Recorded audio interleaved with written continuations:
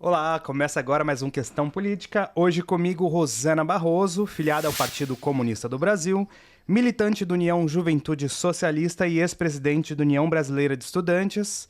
Seja muito bem-vinda, obrigado por aceitar nosso convite. Não, para mim é uma honra estar com vocês hoje falando sobre política, desafios, juventude. Eu que agradeço o convite de estar aqui com você. Bom, vou começar, porque você é do Partido Comunista do Brasil e os bolsonaristas, eles falam muito dessa ameaça comunista que vai tomar o Brasil. Eles foram lá em Brasília pedir golpe, dizendo que iam salvar o Brasil do comunismo. Que comunismo é esse que eles têm tanto medo, Rosana? Olha, eu acho que o comunismo que os bolsonaristas têm tanto medo, principalmente Bolsonaro, é o comunismo que pode garantir comida na mesa do povo, trabalho digno, educação digna. É esse fantasma que eles têm medo. Porque parece que eles querem que a gente esteja sempre nos mesmos lugares, né? Parece que, por exemplo, a juventude negra tem que estar sempre submetida à morte, seja de fome, seja de tiro, seja de falta de acesso à oportunidade. Para eles é isso que acontece. Então, assim, é um fantasma que eles colocam na cabeça deles, né? Nós não temos uma ameaça comunista no Brasil e eles têm uma ideia totalmente diferente do que nós defendemos, na verdade, né? Mentem para as pessoas, falam que a gente fala sobre comer cachorro, que nós queremos miséria e tudo mais, mas quem traz miséria é o capitalismo. Aqui no estado de São Paulo, principalmente na capital de São Paulo, a gente vê quantas pessoas em situação de rua, quantas famílias em situação de rua. Então a gente já vive a desigualdade, mas o comunismo é sobre comum, sobre comunhão, sobre distribuição de renda, é sobre você ter igualdade nos direitos, no acesso. Então, é muito importante para nós, é isso que a gente defende, mas alguns deles sabem, inclusive, viu? Eles não querem mesmo que a gente tenha oportunidades iguais. E aí eles vêm com essa história de vai pra Cuba, né? Eles falam que... porque na visão deles Cuba não deu certo e o capitalismo deu, né? Assim... É meio uma distopia, né? Porque o capitalismo deu certo com milhares de pessoas passando fome nas ruas, né? Com uma desigualdade gigante, 33 milhões de pessoas passando fome, que inclusive o ex-presidente negou, né, durante a campanha, disse que não tinha gente passando fome no Brasil, Exato. que até tinha um ou outro, mas não era essa coisa que a mídia insistia em mostrar. Só que hoje, um governo assume, a gente tem uma denúncia gravíssima, numa crise dos direitos humanos do povo Yanomami, lá em Roraima. Mais de 700 indígenas esperando atendimento. De 2018 para cá já morreram mais de 500 crianças do povo Yanomami. Como você enxerga essa situação? Olha, eu acho que a nossa geração, né, a geração Z, a gente nunca imaginou viver tudo isso. Estava falando ontem, inclusive, sobre uma reflexão que nós não temos memória dos governos progressistas, porque a gente era muito criança, mas a gente escuta muitas gerações anteriores falando da ingressão no ensino superior, do novo Enem, das cotas, e a gente viveu tudo ao contrário, porque a nossa memória política, né, a partir da nossa pré-adolescência, a juventude, é do golpe à presidenta Dilma até aqui. Então, a gente, infelizmente, viveu a evasão escolar, a desistência do Enem, a falta de acesso à educação, principalmente na educação básica, né, na escola, no acesso ao ensino superior. E a gente vive, infelizmente, né, até hoje, e vamos, infelizmente, também viver por muito tempo, as cicatrizes de um governo que a gente viu ser eleito em 2018, que ameaça tudo aquilo que outras gerações conquistaram, principalmente no quesito educação, no quesito direitos iguais, alimentação e tudo mais. Então, para nós é muito difícil, e falo, né, para mim, principalmente também, é muito difícil, porque eu nunca imaginei viver num Brasil onde 33 milhões de brasileiros como eu estejam em situação de fome, estejam em situação de miséria. E ver um presidente da República né, com a glória de Deus agora, mas um ex-presidente da República dizer que não tinha gente passando fome numa situação tão terrível que a gente estava vivendo, doía, porque se vê hoje, o retrato do Brasil hoje, infelizmente, é a fome. E o que está acontecendo com os indígenas e Yanomamis é assim, é genocídio puro. É genocídio puro, porque, inclusive, né, está sendo investigado o dinheiro que era enviado para remédios e tudo mais, na verdade, foi desviado. Então, a gente precisa saber o que foi feito com esse recurso. E o tempo inteiro, a Damares, que era ministra dos Direitos Humanos, o Bolsonaro, dizendo que se preocupavam com a vida, que se preocupavam o Brasil acima de tudo. Que Brasil acima de tudo é esse? Onde os povos pertencentes dessa terra, da nossa terra, sofrem com garimpo, sofrem com a fome, sofrem com o abandono. Então, são cenários que a gente nunca imaginou ver. E é triste para nós, né? Tipo, eu nunca imaginei viver num Brasil tão triste, tão terrível, tão entregue à miséria, mas é feliz ver que a gente conseguiu virar o jogo a partir dessas eleições e que a nossa geração pode contribuir com uma reconstrução de um país que precisa, né, cuidar do seu povo, que precisa combater a fome, que precisa combater a desigualdade agravada em tempos de pandemia. Então, assim, é triste, mas é um desafio para nós também, que eu acho que a nossa geração já segurou no peito e assumiu que vai, né, ajudar na reconstrução do Brasil. Você falou em virada de jogo, né? Mas ele teve 58 milhões de votos. A diferença foi a menor diferença na história da nossa democracia. Cerca de 2 milhões e meio de votos. Isso não é preocupante? Demais. E a gente fala muito sobre isso, porque eu principalmente falo muito sobre isso. Tem uma diferença, né?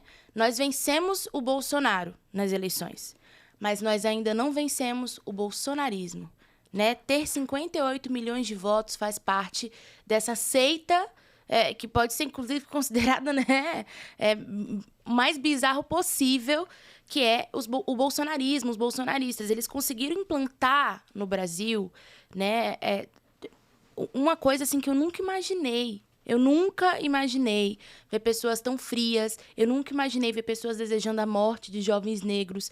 Eu nunca imaginei as pessoas, assim, olhando para o próximo, uma pessoa que nasceu no mesmo país que você, desejando que você vá embora. Sabe, assim, são pessoas que parece que ficam felizes com o caos. Você não lembra em tempos de pandemia, né? Não, é só uma gripezinha e tudo mais. Então, ele conseguiu implementar um problema que a gente vai demorar muito tempo, infelizmente, para resolver, que é ter enganado, alienado tantos brasileiros. Então, assim, são 58 milhões de pessoas que foram enganadas por um cara que em 4 anos gastava R$9.000 em padaria e dizia que era honesto porque usava uma caneta Bic. E as pessoas acreditavam nisso. A gente estava vendo agora, esses dias mesmo eu fiz um vídeo sobre isso, sobre as teorias que eles criaram pós-eleição, né? Não, porque Bolsonaro deixou o Lula, então, assumir, porque vai ter um golpe democrático no Brasil. E aí tem uma página chamada Bolsonaro TV, e essa página posta fotos aleatórias, e as pessoas começam a desvendar essas fotos. Os bolsonaristas ficaram dias e mais dias em frente a quartéis, e ficaram lá desvendando essas fotos. Olha, o Bolsonaro tá comendo, tá dizendo então que tá perto da gente conseguir chegar na vitória de virar o jogo, vamos dar o golpe. Todo dia era o dia D, né? Todo dia era o dia D. Então, assim, eu acho que essa é a diferença, né? Nós vencemos o Bolsonaro na eleição, mas ainda não vencemos o bolsonarismo e a gente vai ter que batalhar muito para conseguir tirar essa alienação, esse fanatismo que as pessoas têm de acreditar num cara que quebrou, que destruiu o nosso país. Então, assim, vamos precisar ter um trabalho árduo. Por que você acha que o discurso da extrema-direita cola tanto entre o povo pobre, entre o povo preto, que é o povo mais massacrado com governos de extrema-direita? Olha, é uma questão muito... até familiar para mim, porque a minha mãe votou no Bolsonaro. Mais uma vez, ela votou em 2018, ela votou esse ano de novo. Minha mãe é empregada doméstica, estudante da educação de jovens e adultos, não terminou o ensino médio, uma mulher negra, uma mulher cristã. A minha mãe entrou em pânico quando o Lula venceu as eleições porque ela achou, então, que o mundo estava acabando. Ela entrou em pânico. Não, o mundo está acabando, é o fim do mundo e tudo mais. Ela começou a reproduzir a mesma coisa que a gente vê na internet, pensa assim, meu Deus, o que é isso que está acontecendo? Eu tenho uma tia jovem, com menos de 40 anos, por exemplo, que não tomou vacina, porque a vacina tinha... Ou seja, isso chegou muito na minha casa. E me fez refletir muito. Na verdade, a gente sempre reflete sobre isso, mas mais ainda sobre como esse discurso chegou nas nossas casas e enganou tanta gente. Eu acho que eles tentam apostar a partir do que mais dói no povo brasileiro.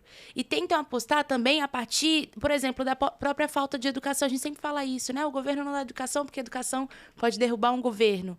Então, assim, a partir da ignorância de um povo que tem seu acesso à educação negada, a partir do que dói na barriga desse povo, porque em 2018, o Bolsonaro ele foi eleito dizendo, né, não, porque nós vamos salvar o Brasil, porque o comunismo quer fazer você passar fome. Então, para uma mãe da favela, preta, que tá ali, que tá com seus 5 filhos, que precisa botar um prato de comida, ela acredita naquele discurso. Não, porque eu amo o Brasil. A minha mãe primeiro votou no Bolsonaro porque ele amava o Brasil, porque ele ia fazer, então, milhares de mudanças. Acabou a mamata, né? Então, assim, chega de corrupção. E esse discurso da corrupção pro povo pobre pega muito, porque é o seguinte, de 2 em 2 anos, sempre tem gente que vai bater na nossa porta, promete Deus e mundo e não faz nada. de 2 em 2 anos. Sempre tem. Aí a eleição presidencial, depois a eleição para prefeitura, a eleição... Então, assim vai. Então, as pessoas, elas estão cansadas de política. É como se a política fosse um sinônimo de coisa ruim pro povo pobre brasileiro. Porque é isso. Então, tipo, o rico fica mais rico, o pobre fica mais pobre. Então, assim, a gente tem dificuldades de combater esse discurso porque eles pegam muito nesse sentido. Vou acabar com a corrupção, agora então eu vou te dar uma vida digna. Então, na primeira eleição ele vence a partir disso, né? Defende o Brasil. Na segunda já vem mais, principalmente pela coisa da igreja, né? Então, assim, não, é o anticristo, é não sei o que lá. Então, isso pegou muito.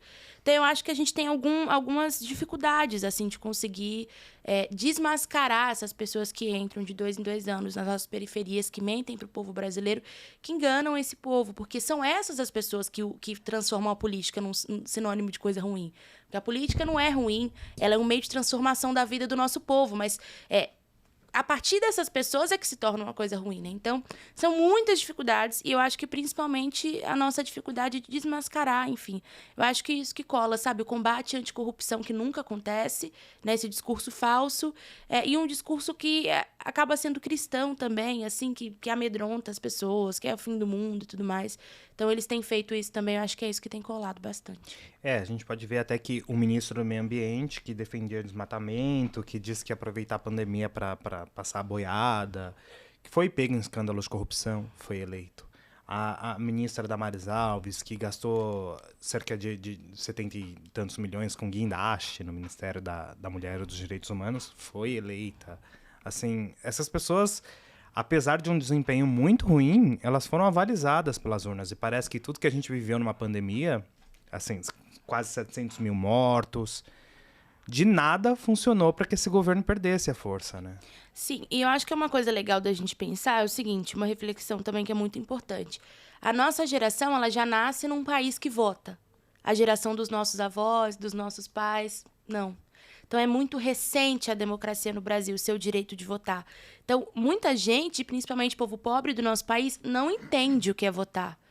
Então, assim, por exemplo, acho que foi no Fantástico que mostrou escândalos de corrupção no interior, que as pessoas estavam, né? Se você não votar no Bolsonaro, nós vamos cortar o seu Auxílio Brasil, por exemplo. Então, as pessoas, elas eram coagidas a votar no Bolsonaro naquele sentido. Porque para elas o voto é isso, é como se fosse uma troca que...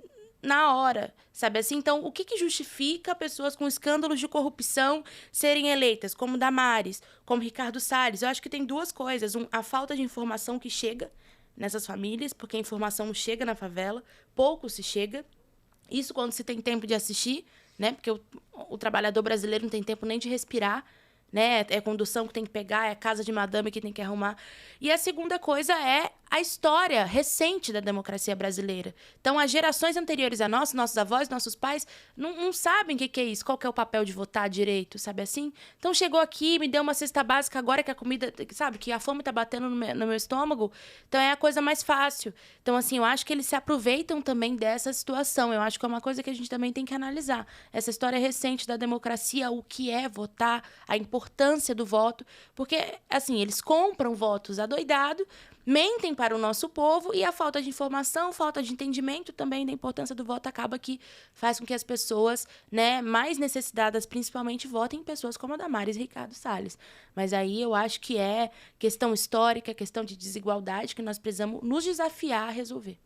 Falando em compra de votos, a gente teve, né, durante uma campanha eleitoral, pela primeira vez na história, porque isso nem permitido mas houve ali uma manobra, né, auxílio taxista, auxílio caminhoneiro, até o Auxílio Brasil no valor de R$600 que o governo negou lá no início da pandemia.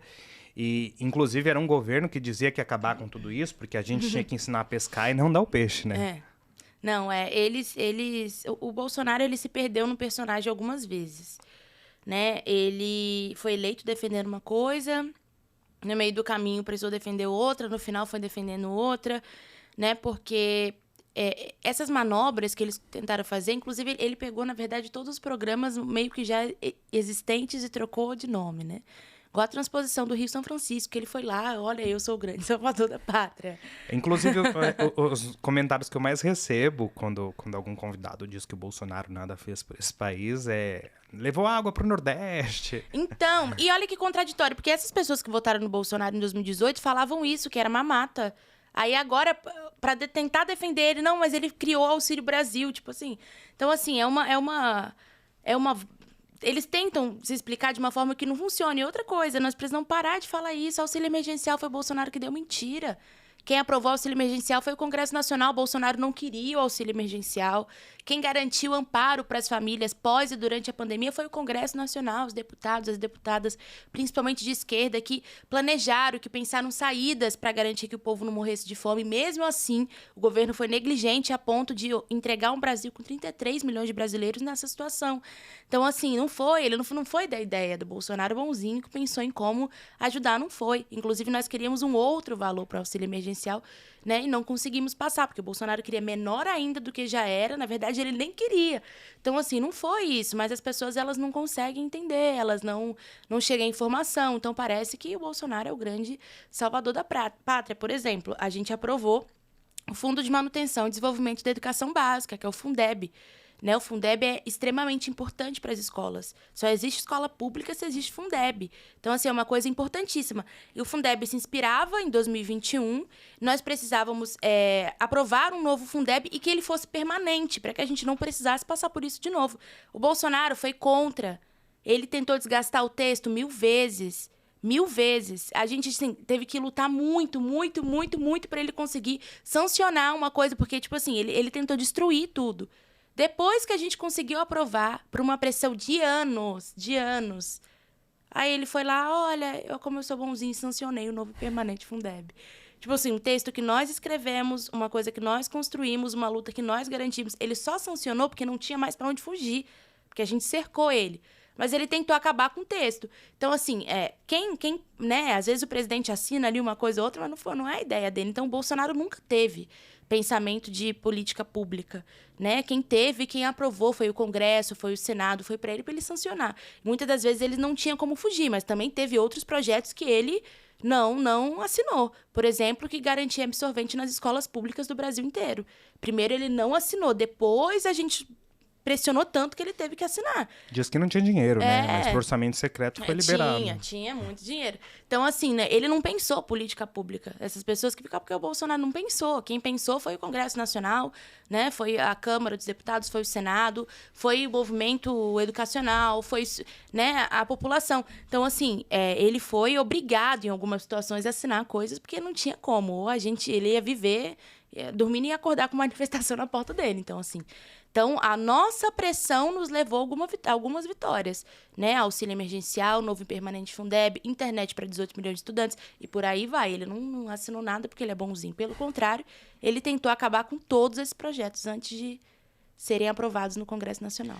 Agora falando em genocídio da população, né, porque já teve a população em Yanomami, mas saiu dados da ANTRA essa semana, que é a Associação Nacional de Travestis e Transsexuais, e o Brasil figura mais uma vez, esse triste ranking, na liderança do país que mais mata travestis e transexuais no mundo.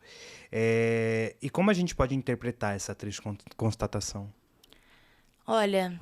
Chega, dói, né, quando a gente escuta isso. Tipo assim, ver o nosso país, um país que poderia ser conhecido por tanta coisa, né, pela cultura, pela educação, pela capacidade, né, conhecido por um genocídio terrível, com uma população que não é menos que ninguém, sabe, assim, porque... O que se tem hoje, principalmente nesses últimos 4 anos, é um avanço muito grande. É como se nós fôssemos inferior, né? Como se a comunidade LGBTQIA+, fosse... Assim, é engraçado, porque nós vivemos num Estado laico, mas eles pegam de um fundamento, de uma Bíblia, né? Por exemplo, é uma escolha individual sua ser cristã. Eu não tenho nada a ver com isso. Eu sou candomblessista, não tem nada a ver com isso. Então, assim, as pessoas pegam uma religião que é delas, pegam uma Bíblia que é delas, é uma escolha individual delas, e elas acham que isso precisa ditar regras. E a partir disso se desencadeia violência aos corpos dos LGBTQIA+, principalmente aos transexuais, às travestis, né, que são mortas por serem quem são, que são mortas por existir, não estão fazendo nada. Então, assim, é bizarro pensar, viver numa situação como essa. E eu acho que isso constata um Brasil adoecido. Eu acho que constata uma população que ainda não entendeu de onde veio, que não conhece sua própria história, que não entende, inclusive, o país que nós vivemos, a necessidade de respeito, que não entende a sua individualidade, porque a sua religião é uma individualidade sua. sabe? Eu acho que falta um pouco de conhecimento e do combate mesmo, porque muitos reproduzem pela falta de conhecimento, mas muitos sabem do que estão falando, né? Muitos reproduzem porque acham mesmo que essas pessoas precisam ser mortas, precisam ser assassinadas porque não deveriam estar aqui. Então, acho que são dois tipos de medida. E colocam muitas vezes isso na conta da liberdade de expressão, né? Exatamente. Eu acho que então, são dois tipos de medida. Informação, sabe assim? Informação, falar sobre direito, falar sobre Estado laico, falar sobre respeito, falar sobre a vida, sobre a história do povo brasileiro. E o outro, combater, porque isso é crime. A gente não pode mais ficar olhando, porque acaba virando natural. Nossa, mais uma vez o Brasil aí... Não pode ser natural, gente. São vidas, como a minha, como a sua, que são assassinadas por serem quem são. Né? Então, assim, é uma resistência diária, uma luta que eu acompanho muito, que construo e que nos dói muito. Então, acho que constata que o Brasil está adoecido e que o remédio para curar o Brasil da homofobia, da transfobia, é a informação, é o combate, né, a desinformação nesse sentido do a minha religião, então pode ditar o que você vive, porque não é assim. Eu acho que é informação nas escolas também, porque nós precisamos formar a nossa juventude para saber viver em sociedade. Então, assim, eu acho que mesmo o remédio é combater tudo isso que, infelizmente, tem atingido o nosso país, principalmente nesses últimos 4 anos, né? Que é a intolerância, que é o preconceito, que é a violência. Então, assim, todos nós somos pertencentes desse país, todos nós somos brasileiros e brasileiras, né? Então, assim, quem é essas pessoas para dizer que um brasileiro e que uma brasileira não pode viver porque ele é transexual, porque ela é travesti? Então, assim, isso não existe. Então, é absurdo e constata que o nosso país, infelizmente, está adoecido. E você, como uma ativista pela educação, como você vê a condução de Camilo Santana à frente do Ministério? Da educação? Muito legal a gente ter um ministro da educação de novo.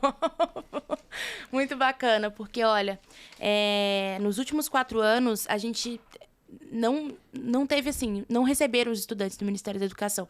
Eu, inclusive, fui expulsa do Ministério da Educação uma vez, porque eu tentei marcar uma reunião, na época com Weintraub, se eu não me engano, né, porque foi tanto ministro que trocou. Então, assim, eu tentei marcar uma reunião com o Ministério da Educação, e aí eles não toparam me receber. E eu tava em Brasília, então eu fui para a porta do Ministério da Educação. Não, eu preciso falar, nós precisamos falar do Enem.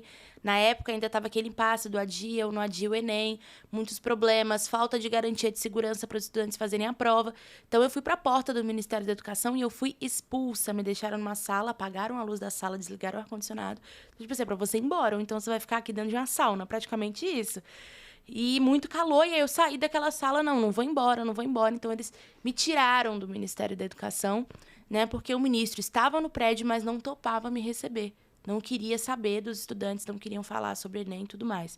Então, assim, o Ministério da Educação com muitos escândalos de corrupção, barra de ouro, falta de acesso à educação para os estudantes, não teve amparo em tempos de pandemia, não dialogou com a gente em momento nenhum, responsável por ter em 2021 o Enem com o menor número de inscritos em 13 anos, o Enem mais branco da nossa história. Então, assim, ministérios, né, porque foram vários ministros, absurdos. Então, para mim, ter Camilo Santana, que é uma grande figura importantíssima, inclusive do estado do Ceará, conheci, né, em algumas atividades que fui ao Ceará ainda como presidente, representante dos estudantes secundaristas na época, é uma honra, porque é um ministro de verdade, comprometido com a educação, recebe os estudantes, tem, né, como carga um estado que tem muitos exemplos vitoriosos na educação. Então, eu acho que ele só tem a agregar para a educação brasileira, mas é um desafio muito grande que nós vamos precisar resgatar esses jovens, né? Tem muito jovem no sinal vendendo jujuba que parou de ir para a sala de aula porque ou trabalha ou morre de fome. Então, assim, nós vamos precisar da garantia de alimento para esses estudantes, pensar Os em meritocratas dizem que esse é o caminho, inclusive, né? né? Pensar em como combater a desnutrição infantil e trazer de volta essas pessoas para a sala de aula. Agora, é engraçado eles falarem que esse é o caminho, né? Porque enquanto eles estão lá fazendo seu cursinho de inglês, seu cursinho de espanhol, para eles a gente tem a mesma oportunidade de estar no sol a sol vendendo jujuba no sinal para comprar um gás de cozinha, né? Então, é bizarro. E aí, o MBL, que tem um poder de aglutinar vozes da juventude, eles têm um poder muito grande de persuasão, né? Eles falaram em lançar Danilo Gentili à presidência da República. Já tem até um discurso do Danilo Gentili ali falando como um pré-candidato, né? que circula nas redes sociais, inclusive. Como é que você vê essa indicação? Cara, isso não é meme? Isso não é meme. Kim Kataguiri diz que quer lançar Danilo Gentili à presidência da República, que o MBL pretende se lançar um partido agora, né? Porque eles defendem uma nova política que para eles nunca existiu, que esses partidos, como Partido Novo, que a princípio representava, agora não os representa mais, e aí eles querem lançar um partido, querem que o MBL seja algo ali oficial. Cara, o MBL me surpreende. Eu jurava que isso do Danilo Gentili era meme. Eu estava jurando que era meme. Não, infelizmente, não é meme. Ah, fala sério, né? Os caras, eles são assim, eles são uma fábrica de contradição. O MBL é uma fábrica de contradição. Eles não sabem o que defendem, não sabem como defendem. Hora fala que estava com o Bolsonaro, hora nega. Porque, né, pra mim, num segundo turno, disputado como a gente teve, né, no ano passado, né, jogando, inclusive, ali a favor ou contra a democracia, porque era isso que a gente estava vivendo, era uma guerra pelo direito das pessoas viverem. A gente estava, assim, entre a bárbare, Essa, sabe? sim, é uma guerra pela liberdade, Pois né? e eles me declararem voto nulo no segundo turno, pra mim é tipo assim, estou votando no Bolsonaro de novo, mas não vou falar porque, né, então... Essa foi a desculpa. Em 2018, a MBL tava lá o Kim Kataguiri apertando a mãozinha do Bolsonaro, junto ali com o Eduardo Cunha, foram responsáveis, né, por um capítulo terrível da história do Brasil. Aí agora estão apoiando, aparentemente, um cara de extrema direita para a presidência do Senado, ou seja, aliadíssimo do Bolsonaro. Então o MBL está com o Bolsonaro, sabe assim? Eles se contradizem todo o tempo e agora com essa piadinha de lançar Danilo Gentili à presidência da República. Me parece uma brincadeira de um monte de menino que não tem nada pra fazer da vida e acha que política é brincadeira, sabe? Parece que eles estão, assim, brincando de, olha esse país aqui, vamos ver o que a gente faz? Pelo amor de Deus, num Brasil com 33 milhões de brasileiros em situação de fome, no Brasil onde as mulheres negras estão sofrendo como nunca antes, pelo menos desde o início da nossa geração, desde que nós nascemos, né? Eu nunca vi mulheres negras em tamanho sofrimento nas ruas com suas famílias, sabe? Num Brasil onde a falta de acesso à educação tem batido recordes, num Brasil onde a falta de acesso a emprego, né, o subemprego tem crescido, jovens têm morrido pedalando horas para entregar uma marmita para as pessoas. Aí os caras vêm falar de Danilo Gentili na presidência da República, no mínimo, achar que o povo brasileiro é besta. E para mim é uma grande piada de mau gosto com o Brasil, que está entregue, né, principalmente nesses últimos 4 anos, a Deus dará. Nós temos uma missão muito grande de reconstruir esse país, inclusive por culpa deles, porque eles ajudaram a eleger Bolsonaro, e agora estão com essa piadinha. Então, assim, é ridículo. O MBL sempre nos surpreende e mostra o quanto eles são meninos mimados, que obviamente não sabem reger essa nação, né, e acham que podem ficar brincando com o povo brasileiro. Mas o mais triste é que essa figura aí, ela pode colar, né? Assim, a gente vendo o histórico das últimas eleições, se você me dissesse há 10 anos atrás que o Bolsonaro seria eleito presidente da República, eu ia rir. Em 2018, muita gente ria, né? Em 2017, quando ele ainda era uma piada. Né? Muita gente ria e o cara conseguiu se eleger em 2018, foi bizarro. E aí, o Brasil ele tem a maioria da população preta e a maioria da população de mulheres. Só que essas pessoas simplesmente não conseguem acesso ao poder, de fato, né? O Congresso não reflete aquilo que é a população. Por que há tanta dificuldade? E, ao seu ver, você vê o Brasil sendo presidido por alguma pessoa preta em algum momento na história? Porque isso nunca aconteceu. A gente não tem nenhum preto hoje com status de chegar com popularidade suficiente para disputar um segundo turno ou vencer num primeiro turno. A gente já teve um presidente que ele não foi eleito, né? Ele assumiu rapidamente, o presidente Negrino Peçanha, da minha cidade, inclusive, nascido no mesmo lugar que eu. Mas a gente nunca teve um presidente preto eleito no Brasil, isso de fato. E eu acho que a gente tem muito a pensar, principalmente sobre como a política não reflete, né, hoje a situação da nossa sociedade. Por exemplo, eu fui candidata a deputada estadual, né, por São Paulo nessa última eleição. E na Câmara, né, na Assembleia Legislativa do Estado de São Paulo, de 94 deputados até, né, o ano passado, apenas 3 eram mulheres negras. Então, assim, acho que a gente avançou agora para 4, se eu não me engano, mas com a bancada feminista, que são 5, né? Então, a gente tem, tipo assim, mas fazem parte da mesma candidatura, né? Do mesmo mandato.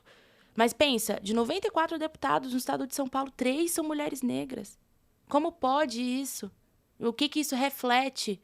Numa São Paulo que você anda e vê milhares de famílias em situação de rua, passando fome, qual é a cor dessas famílias? Quem vai pensar por essas famílias? Então, assim, a política, né? Tô dando esse exemplo de São Paulo porque fui candidata, mas no sentido geral, o Brasil mesmo, né? A política não reflete hoje a cara do Brasil, o que é um erro, porque a política é um meio de transformação das nossas vidas. Se eu não tô lá, se não tem alguém como eu lá, quem que vai pensar em mim? Então, essa é a questão. Então, a política ela deve ser um espaço de maior representatividade, né? As pessoas às vezes acham que essa palavra ela é vazia, mas não é. Porque quem me representa lembra que eu existo. Representatividade não é vazio. Porque quem me representa lembra que sou eu que estou passando fome. Quem me representa lembra que sou eu que estou sem acessar a educação. Quem me representa lembra que sou eu que estou sem trabalhar. Então, assim, se me representa, lembra que nós fazemos parte hoje de estatísticas terríveis no Brasil. Né? As mulheres, negras, os pobres e tudo mais. Então, a representatividade não é uma palavra vazia. E ela deve ser levada a sério dentro da política, porque a política é um meio de transformação das nossas vidas. Só que a maior dificuldade que a gente tem hoje de ter mais mulheres negras na política é o próprio financiamento. Né? Como você pode ser candidata se você não tem um centavo? Estava falando isso, e o pessoal do MBL adora falar, inclusive, que eu usei fundo eleitoral na minha candidatura. Usei mesmo, porque eles não usam fundo eleitoral, eles são financiados por grandes empresários, mas eu usei o fundo eleitoral porque é direito meu, como mulher e negra que não tenho dinheiro para ser candidata. O fundo eleitoral, que também é uma contribuição minha, me possibilitou a chegar no estado de São Paulo inteiro, mostrando as propostas que eu tinha. Então, assim, eles passam a criminalizar o fundo eleitoral, porque se você não tem fundo eleitoral, se você é negra, se você é pobre, você não consegue ser candidato. Esses grandes empresários não financiam quem vem da periferia. Então, assim, eles criminalizam o único meio que a gente tem de ser candidato, que é o fundo eleitoral, né? E ainda esvaziam uma coisa importante para nós, que é a representatividade, porque agora eles chamam de mimimi. Mas não é mimimi, porque a política é um meio de transformação de tudo. Então, se a gente não tá na política, infelizmente, pouco a gente consegue transformar. Então, assim, é muito duro, né, ver que nós somos a maior parte da população, mas somos a menor parte na política.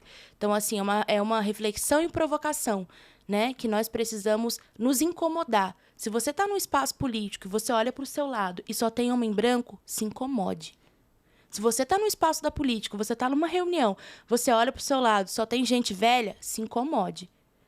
Porque, assim, a política não pode existir sem as mulheres jovens, sem as mulheres negras, sem os LGBTQIA+, porque se nós somos a maior parte da população brasileira e a mais afetada com a desigualdade, nós precisamos estar nos espaços de decisão e de discussão política. Porque, como disse, esse é o meio de transformação das nossas vidas. E para descredibilizar tudo isso que você fala e que a esquerda defende, eles colocam figuras como Guto Zacarias, Fernando Holliday, que são pretos, e falam que eles chegaram lá, que eles conseguiram e que o resto é tudo mimimi, né? Não, o Fernando Holliday, ele é... Eu, assim, não consigo entender. Ele, inclusive, né, tava passando por uma situação terrível de ameaça aí, ou ameaçaram por ele ser negro e gay. E aí ele acusou a esquerda disso, depois descobriu que era um apoiador do Bolsonaro de extrema-direita que estava ameaçando ele. Então, eu me questiono como pode conseguir pôr uma máscara dessa, porque é uma máscara. Você ser negro, gay e jovem, dizer que você não passa, não sofre por isso, é uma máscara de mentira que você está usando, né? E aí ele, né, por um tempo ficou no MBL, defendia algumas coisas absurdas, ele tenta uma saída do MBL e nessa eleição passa a apoiar o Bolsonaro. No primeiro turno, disse que não queria nenhum dos dois, que não era representado, apoiou o Luiz Felipe Dávila, né? Isso. E aí depois passa a apoiar o Bolsonaro. Eu fiquei tipo assim, gente, que decadência. O Fernando Holliday, ele assim, não que a trajetória política dele tenha sido das melhores, porque ele sempre defendeu um outro lado, inclusive dele. Ele sempre defendeu, jogou contra ele mesmo. Mas ele tá numa decadência a ponto de fazer vídeo hoje, 24 horas de vídeo do Holliday, todo dia é ele defendendo o Bolsonaro. Diz, inclusive, que não vai mais candidatar a cargo político, tá lá trabalhando na Jovem Pan, é vereador, mas faz expediente na Jovem Pan diariamente agora no Morning Show, né? Pois é, mas eu acho que ele vai candidatar sim. Porque essa jogada de apoiar o Bolsonaro, sério, do nada, ele tá tentando disputar a base política, porque ele perdeu a dele.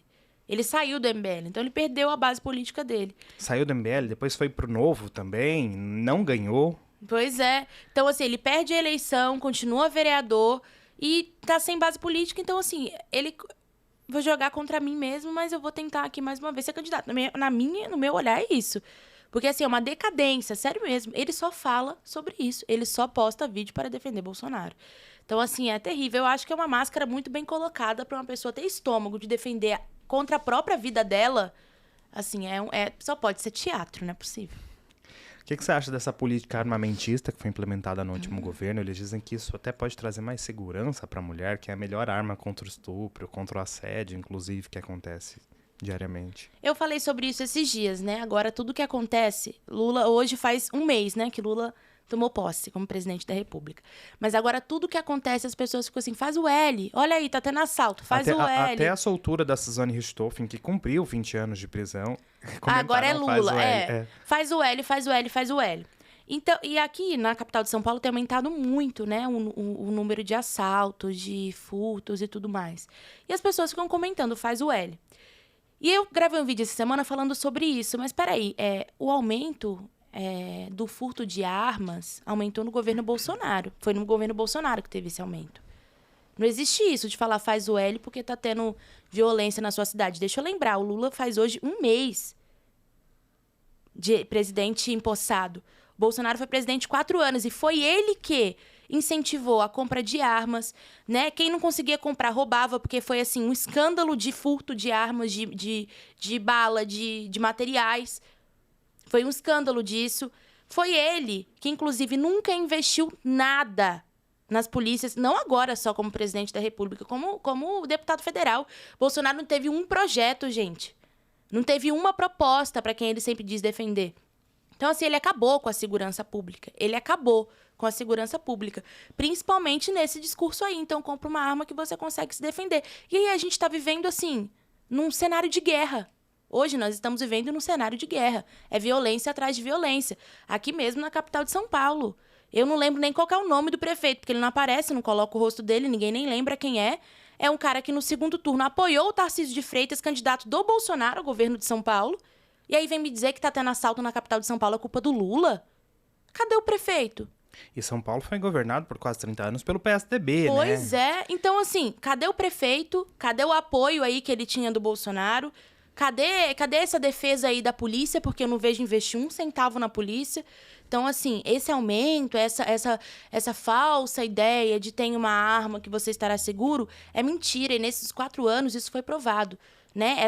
Esse discurso armamentista do Bolsonaro só aumentou a violência, aumentou o furto das próprias armas, faz com que a gente viva hoje num cenário de guerra e faz com que, por exemplo, prefeitos como o prefeito da capital de São Paulo, que apoia o Bolsonaro, que votou no Tarcísio, fez campanha para o Tarcísio, suma nessas situações, porque é ele que nós precisamos cobrar. Cadê a segurança pública da capital de São Paulo? É dele que nós precisamos cobrar. Então, assim, não adianta falar faz o L, porque o Lula não tem nada a ver. Então, na minha opinião, essa política, essa defesa do Bolsonaro, na verdade, fez aumentar a situação terrível que a gente vive hoje de violência no Brasil. Agora, São Paulo está seguindo essa linha do bolsonarismo, né? Elegeu Tarcísio de Freitas, que inclusive nomeou aqui para a Secretaria de Segurança Pública um ex-militar que diz que todo policial tem que carregar alguns homicídios nas costas, que defende a retirada de câmeras dos uniformes dos policiais, que inclusive tentou fazer isso já ali na primeira semana de governo, mas viu que a população foi contra, porque derrubou o número de mortes, então ele já voltou atrás. Como é que você vê essa indicação? E aí tem outra indicação polêmica também, que parece que o Tarcísio de Freitas diz que Paulo Guedes vai comandar a economia aqui no estado. Olha, eu fiquei muito feliz com o nosso resultado nacional, né? De termos conseguido eleger Lula. Mas quando vi que o Tarcísio foi eleito, na verdade eu já imaginava que o Tarcísio seria eleito, foi assim, um soco no estômago, porque tudo isso a gente já imaginava, né? Pelas defesas dele, né? O Tarcísio, ele é uma pessoa que ele não conhece o estado de São Paulo, ele não mora no estado de São Paulo, ele desconhece os problemas do estado de São Paulo, ele não sabia nem onde ele votava. Né? Nos primeiros debates, ele não sabia responder nem qualquer escola que ele votava, pra você ter uma ideia. Então, assim, uma pessoa que desconhece da nossa realidade, e eu não tenho nenhum problema com o fato dele ter vindo de outro estado. Eu também nasci no Rio de Janeiro, eu sou do interior do Rio de Janeiro. A gente teve o Luiz Erundina como uma grande prefeita aqui em São Paulo. Pois é, Leci Brandão, Orlando Silva, por exemplo, grandes figuras que não são nascidas no estado de São Paulo, mas hoje representam São Paulo muito bem na Assembleia Legislativa do Estado de São Paulo, na Câmara dos Deputados, em Brasília. Então, assim, eu tenho problema algum sobre não ter nascido no estado de São Paulo, porque eu também não nasci no estado de São Paulo, mas eu conheço o estado que eu vivo. Porque eu moro aqui tem tempo.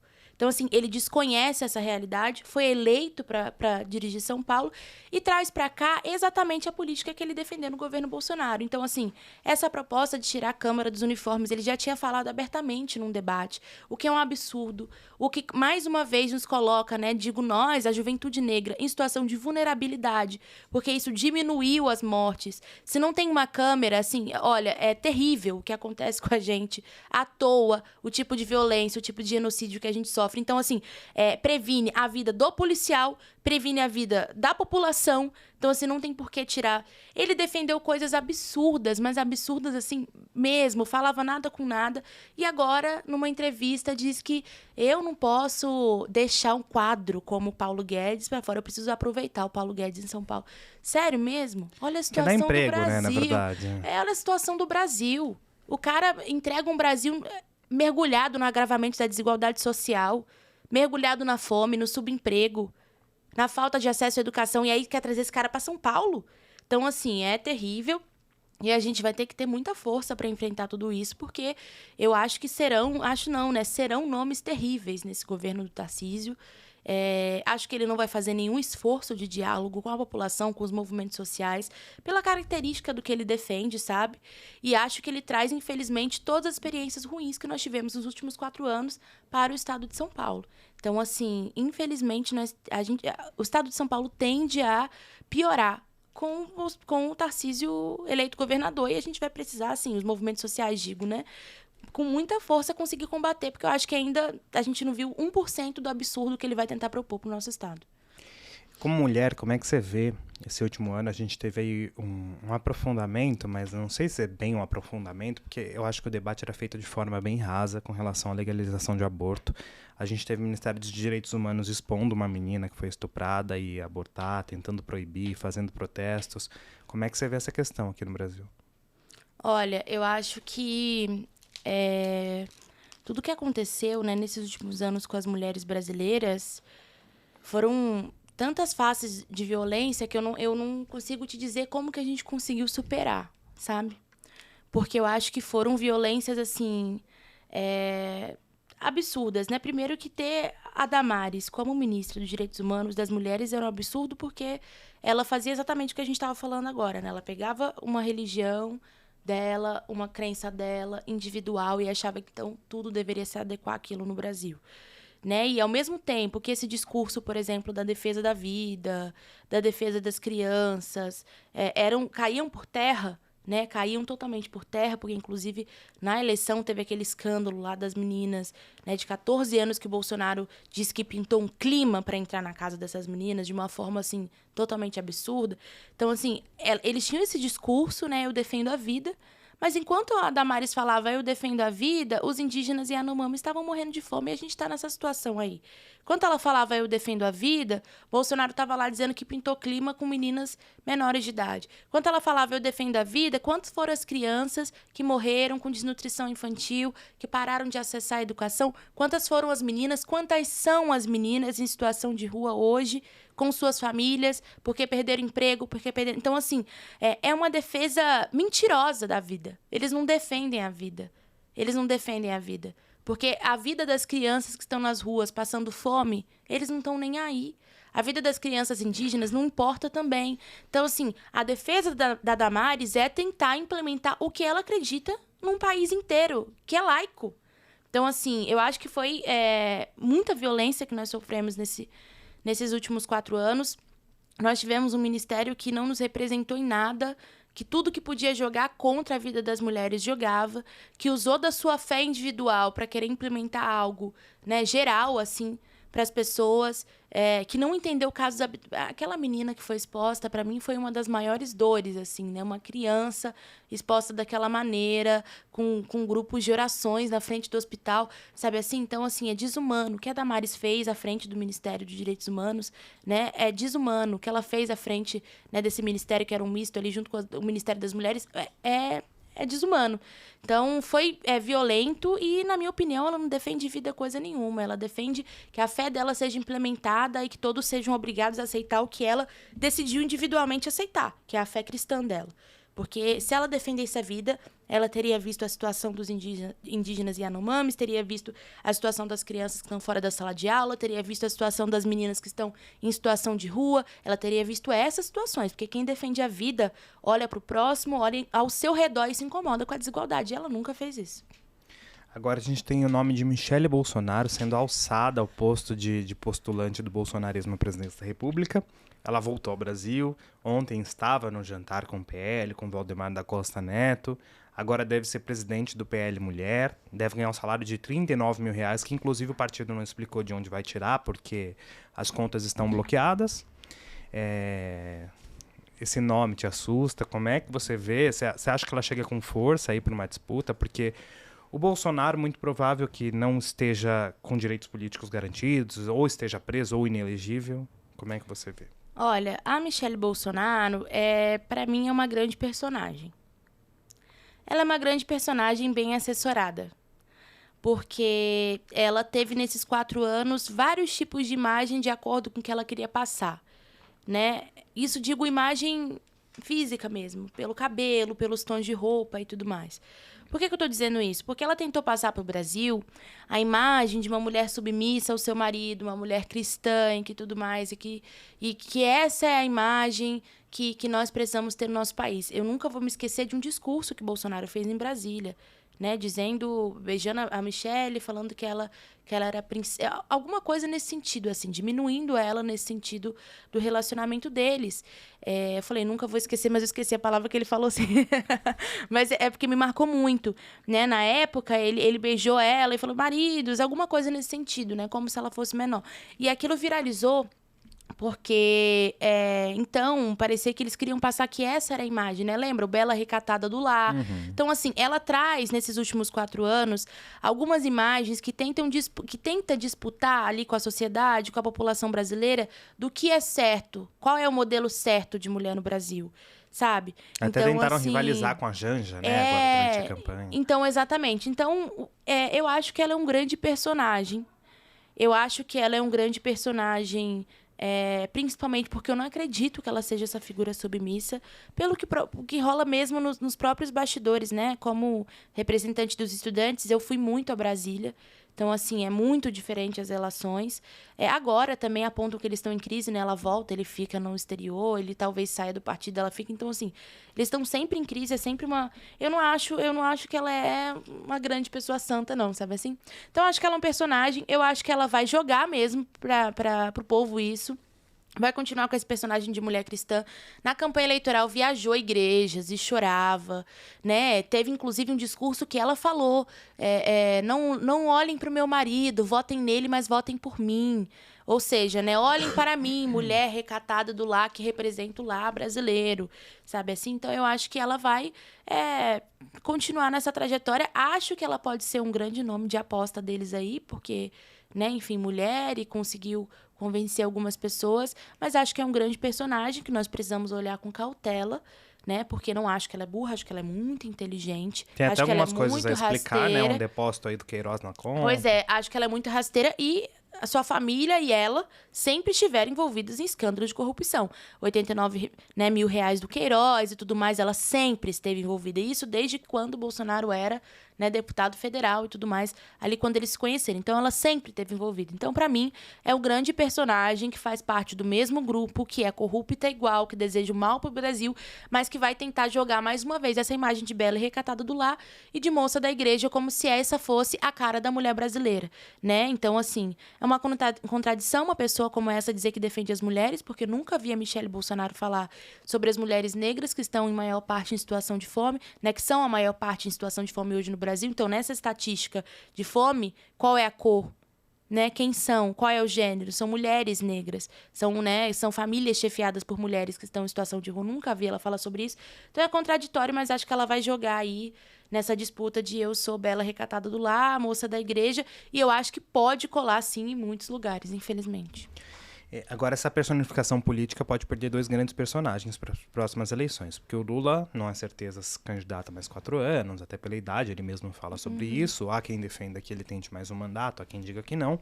O Bolsonaro talvez esteja inelegível.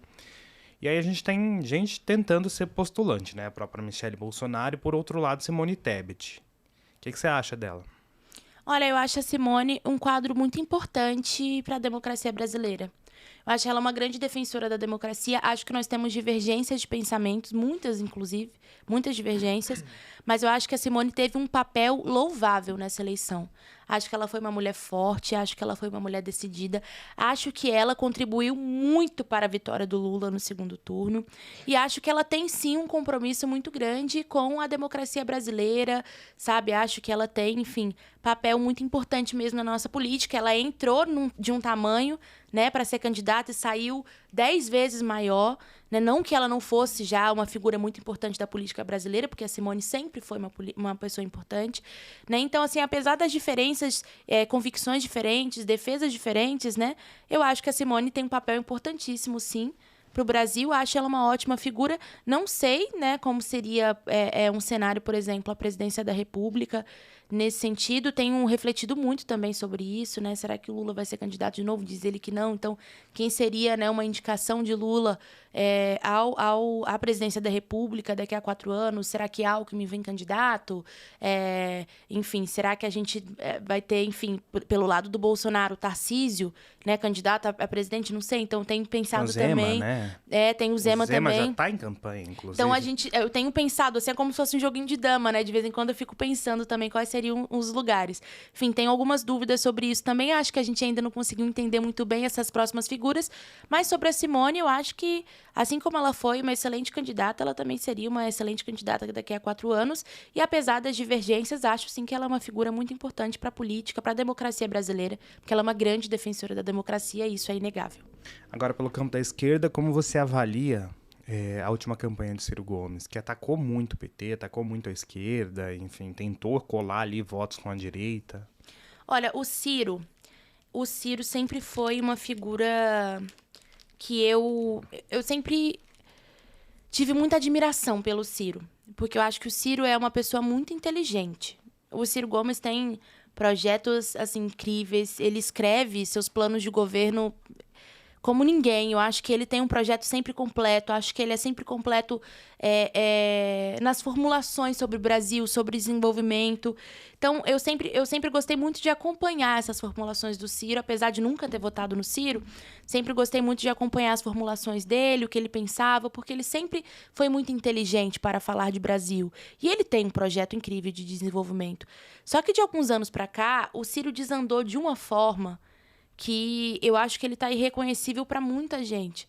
E a própria base cirista ali começou, então, indo para uma linha absurda, né? A forma que se fala da Dilma, a forma que se fala das mulheres de esquerda, é, assim, absurdo. Então, eu acho que o Ciro, ele se perdeu de uma forma que fez com que o que ele tinha de maior e mais valioso, que era a inteligência, a formulação sobre o desenvolvimento no Brasil, se perdesse. A vontade de dialogar. Pois é, porque quase ninguém mais lembra do Ciro inteligentíssimo que sabia como ninguém falar do desenvolvimento do nosso país, que sabia apresentar propostas e tudo mais. O tamanho que ele teve, inclusive, nessa eleição mostrou isso. Ele diminuiu muito. Então, assim, acho que poucas pessoas se lembram disso. Hoje, a gente, infelizmente, lembra do Ciro que chama a Dilma de palavreados terríveis, né? Ou que surta, grita com as pessoas e fala 24 horas do Lula e que Lula é bandido e que não sei o que lá. Então, assim, eu acho que ele se perdeu um pouco no quesito diálogo e jogo da política, porque a política é isso. A política é diálogo, a política é, como diz a minha avó, jogo de cintura. Então, assim, eu acho que o Ciro perdeu o jogo de cintura e, infelizmente, foi para um lado inadmissível que nós não podemos, né, aceitar de forma alguma, que é o lado do machismo, que é o lado da intolerância, da grosseria. O Ciro se tornou uma pessoa extremamente agressiva. Então, assim, infelizmente, esses últimos atos que ele tem feito, essas últimas atitudes, inclusive da sua própria base, também têm sido, assim, inadmissíveis. Mas, antigamente, né, eu admirava muito o Ciro pela sua inteligência e pela sua capacidade de formulação sobre o desenvolvimento do Brasil. Ele fala muito bem sobre isso. Muito bem. Mas o personagem que ele foi se tornando nesses últimos meses, infelizmente, fez com que a maior parte da população até esquecesse essas qualidades dele. Infelizmente, a gente só olha hoje as dificuldades que ele tem de dialogar e de respeitar minimamente as mulheres, né? Então, assim, é absurdo, infelizmente, o tamanho que o Ciro se tornou, né? Ele era tão grande e ficou bem pequenininho, assim, diante a política brasileira. Agora você como uma mulher preta, militante, de esquerda, feminista, como você vê essas ameaças, por exemplo, primeiro, a morte de Marielle Franco e essa falta de solução, né? Porque a gente não conseguiu solucionar quem é o mandante desse crime, não sei se falta vontade, não sei se é um crime perfeito. E essas ameaças ao Fernando Holliday? Olha,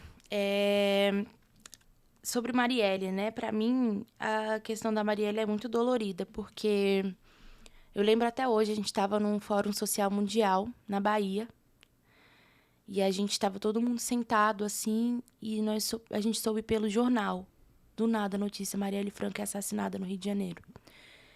E todo mundo entra em pânico, porque a Marielle, ela sempre foi uma pessoa conhecida, né? Como eu disse para você, eu nasci no interior do Rio de Janeiro, então eu estive em muitas manifestações, muitos espaços com a Marielle.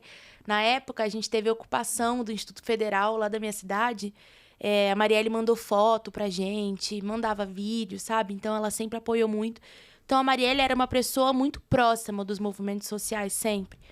E quando ela foi assassinada, a gente entrou em pânico. Eu nunca vou esquecer essa cena, todo mundo sentado no chão e todo mundo gritando, Marielle Franco tinha sido assassinada. E foi um escândalo muito grande, porque parecia que a gente sabia exatamente o porquê tinham feito aquilo. Né? Quem era Marielle? Quem Marielle incomodava? Né? O que ela mudava? Aquela mulher, assim como diz Angela Davis, né? Ela movimentava a estrutura da sociedade com ela, obviamente. Então, assim, um passo que a Marielle dava, ela estremecia tudo, sempre foi assim. A morte dela estremeceu o Bolsonaro, assim. inclusive. Pois é. Então, isso incomodava muito e ela foi assassinada. Agora, é absurdo a gente, depois de tantos anos, sabe, não ter solucionado esse caso. Inclusive, Flávio Dino, né? Se comprometeu com isso, o próprio Silvio Almeida, a gente tem hoje a Aniele Franco também ministra. Então, assim, um comprometimento do atual governo de solucionar esse problema é muito importante, porque o assassinato da Marielle Franco foi um atentado à democracia brasileira. E o povo brasileiro tem direito de saber quem foi que atentou de uma forma tão absurda a democracia dessa forma. E por quê, né? E por quê? Então, assim, nós precisamos saber disso, né? Quem mandou, né? Quem fez, assim, precisa solucionar de uma forma mais concreta isso, e o povo brasileiro merece saber disso. Então, o assassinato da Marielle foi um ataque à nossa democracia, dói até hoje, é complicado como, a partir disso, as pessoas, então, passaram a sempre se preocupar com as figuras, né, as mulheres negras na política. Eu não sei contar para você quantas mensagens eu recebo por semana das pessoas, Rosana, toma cuidado, toma não sei o quê. Assim, as pessoas passaram a ter uma preocupação com a gente, porque, né, as mulheres negras estão sempre vulneráveis, principalmente na política. Então, é um episódio dolorido para a democracia brasileira que nós precisamos resolver. E as ameaças que o Fernando Holliday sofre também são absurdas, né? É bizarro qualquer político que seja ser ameaçado de morte pela sua cor, pela sua orientação sexual. Só que o complicado dessa situação do Fernando Holliday é que é o seguinte, ele achou que era alguém de esquerda. E aí, acho que foi ontem ou anteontem, né? Comprovado alguém de extrema direita. Então, assim, ele joga num campo extremamente perigoso para a própria vida dele. Então, assim, é complicado você olhar a situação do Fernando Holliday, né? Digo com todas as palavras, absurdo, é crime, precisamos inclusive ver quem foi que ameaçou, responder por isso, a vida dele não deve, né, ser ameaçada de forma alguma, mas ele precisa sair desse campo de defender algo que é contra ele, porque ele dá a mão a pessoas que querem a vida dele, sabe, querem ele morto, ele dá a mão a pessoas que defendem a ditadura militar. Ele dá a mão às pessoas que acham que nós somos menos por ser negro. Sabe, assim, que abominam você ter a orientação sexual que ele tem. Então, eu acho, assim, absurdo. Nós precisamos entender quem foi, precisa denunciar. Acho que ele já está fazendo bastante isso. Mas eu acho que o Fernando Holliday precisa parar de se mascarar e de fingir, né, que não se importa em estar de um lado que ameaça a própria vida dele. Tanto que ele achou que tinha sido alguém de esquerda, foi alguém da extrema-direita, né, o próprio campo que hoje ele faz parte a partir do momento que passa a defender Bolsonaro todo dia, o tempo todo em suas redes sociais. Então, assim, ele não é querido no espaço que ele está. Ele não é aceito no espaço que ele está. O Holliday é negro e gay, né? Eles não aceitam isso. Então, assim, absurdo a violência que ele sofreu, mas ele vai continuar vulnerável enquanto estiver dentro desse espaço que, enfim, nega tudo que ele é, a existência dele, inclusive. Hoje a gente fecha um mês de governo, primeiro mês do governo Lula. Como é que você avalia esse primeiro mês? Já dá para ter algum diagnóstico? Ontem eu tava pensando nisso, porque eu tava conversando assim com o pessoal das minhas redes sociais, que a nossa geração não tem memória recente, né, de governo progressista. Quando o Lula foi empossado em 2003, eu tinha 3 anos. Aí eu fui perguntar assim para as pessoas, tinha gente que nem tinha nascido. Aí quando Já o tinha uma Dilma... idade ali. Quando o Dilma foi eleito em 2010, eu tinha 10 anos, né? Então, tipo assim, a gente pouco viu. E quando o Dilma foi reeleito, eu ainda não tinha idade pra votar. A primeira vez que eu votei pra presidente da República foi em Haddad, em 2018. 2010 tinha 18. Foi em 2018, porque em 2014 eu tava fazendo 15 anos, né? E não tinha idade pra votar. Então, eu votei numa eleição de prefeitura aos 16 e aí só em 2018 que eu pude votar para presidência. Então, meu primeiro voto para presidência da República foi no Fernando Haddad. Então, assim, pensa, essa é a nossa geração. A gente não viu né, os governos progressistas. Então, eu estava refletindo sobre isso e como aliás, tá foi uma sendo... geração que contribuiu muito para a vitória do Lula. Muito, né? Mesmo não tendo visto governos progressistas. Pois é, uma geração que teve recordes de tiragem de título, né? Mais de 2 milhões de títulos tirados. Então, a gente bateu recorde nisso. Então, assim, a gente não viu a gente não lembra de governos progressistas. Meu primeiro voto para a presidência da República foi no Fernando Haddad, que era quando eu podia votar. Assim que a gente está lidando, porque é diferente para nós olhar hoje um governo progressista, porque a gente lembra, infelizmente, do Temer, da eleição do Bolsonaro. Então, é assim que a gente lembra. Então, eu acho que nesse primeiro mês, as expectativas elas estão sendo todas bem respondidas, sabe? Porque acho que o Lula tem restabelecido o diálogo com os líderes mundiais, acho que ele tem restabelecido o diálogo com os governadores, com a educação. Ali no próprio, né, no próprio trabalho ali dos grupos de transição, ele já estava tendo esse esforço muito grande. Dialogar com amplos setores da sociedade. Eu acho que Lula tem lutado muito para pensar e entender o momento que a gente está e o que nós precisamos avançar. Eu tomei um susto, eu tinha esquecido mesmo, assim, né? Porque a gente lê, mas a gente não viveu um governo responsável. Então, eu tomei um susto quando a gente viu um negócio lá dos indígenas e Yanomamis e foi resolvido. Falei, caramba, tipo assim, montaram um hospital e pegaram não sei o quê, e mandaram helicóptero e mandaram comida. Então, assim... A nossa geração nunca viu isso, então... O presidente foi até lá, né? O presidente foi até lá, junto com alguns, né, ministros e ministras. Então, assim, o próprio ministério, né, também reflete muito isso. A gente tem o Ministério dos Povos Indígenas, a gente tem, né, Sônia Guajajara, Aniele Franco, Silvio Almeida, Flávio Dino, excelentes ministros, assim, Luciana Santos, que contribui muito, muito, muito com o nosso país. E eu acho que tem avançado muito também nesse sentido, tipo assim, o que nós vamos precisar para fazer para recuperar o Brasil. Então, acho que nesse primeiro mês ele restabeleceu alguns contatos, algumas relações importantes. Acho que tem tido atenção com os estados, tem tido muita atenção com a educação, né? Teve reuniões com reitores em um mês, o cara conseguiu reunir até com o reitor, né? Então, assim, eu acho que isso é muito importante e tem me surpreendido para nós, como disse, né, que nunca vimos um governo progressista, que temos poucas lembranças ou quase nenhuma, né? Tem sido, assim, muito, muito engraçado viver um governo Lula, porque, de fato, ter presidente responsável, a gente não estava muito acostumado com isso, não. Eu sinto que ela tá passando um pouco na minha cara, essa história de pra nós, que nunca vivemos governo progressistas, pra nós... Imagina! A gente tá chegando à fase final da nossa entrevista. Vou pedir uma indicação de um livro para quem tá nos assistindo. Quarto de Despejo, com certeza, de Carolina de Jesus. Eu acho que... traz muito a realidade, principalmente do Brasil, traz muito as dificuldades vividas por mulheres negras, nos coloca em várias contradições com a gente mesmo para entender que Brasil é esse que a gente vive, qual é o Brasil que a gente quer construir, por que nós somos a maior parte da sociedade, mas também as mais atingidas.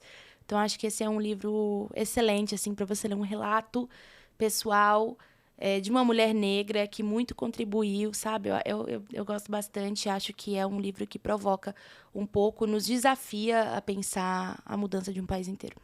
Agora eu vou para um quadro que é bate-volta, vou te falar algumas palavras e você define, um resumo, o mínimo possível.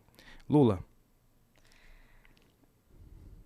Tá, vamos lá, vou conseguir. Eu não posso falar muito, né? Um resumo. Você fala, eu volto. Você fala, eu volto. Porque eu sou palestrinha.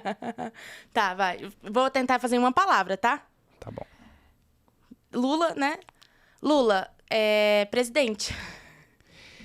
Bolsonaro. Genocídio. Democracia.